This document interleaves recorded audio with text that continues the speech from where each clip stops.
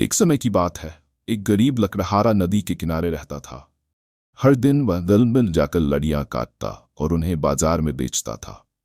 एक दिन जब वह नदी के पास एक पेड़ काट रहा था, तभी उसकी कुल्हाड़ी उसके हाथ से फिसलकर गहरी नदी में गिर गई। लकड़हारा बहुत दुखी हो गया क्योंकि उसके पास नई कुल्हाड़ी खरीदने के लिए पैसे नहीं थे। उसकी ईमानदारी देखकर नदी की देवी प्रकट हुई और उसकी मदद करने का वादा किया। वह नदी में गोता लगाकर एक सोने की कुल्हाड़ी लेकर आई और पूछा, क्या ये तुम्हारी कुल्हाड़ी है?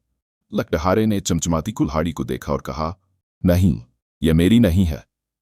नदी की देवी मुस्कुराई और फिर से नदी में गोता लगाया। इस बार वह चांदी की कुल्हाड़ी लेकर आई और पूछा, क्या ये तुम्हारी कुल्हाड़ी है? लकड़हारे ने फिर सिर हिलाया और कहा, नहीं, ये भी मेरी नहीं है। अंत में नदी की देवी तीसरी बार गोता लगाकर लकड़हारे की साधारण लोहे की कुल्हाड़ी लेकर आईं। अपनी कुल्हाड़ी देखकर लकड़हारे का चेहरा खुशी से चमक उठा। उसने तुरंत कहा, हाँ, यही मेरी कुल्हाड़ी है। लकड़हारे की ईमानदारी से खुश होकर नदी की देवी ने कहा, तुम्हारी सच्चाई के कारण मैं तुम्हें इनाम दूंगी।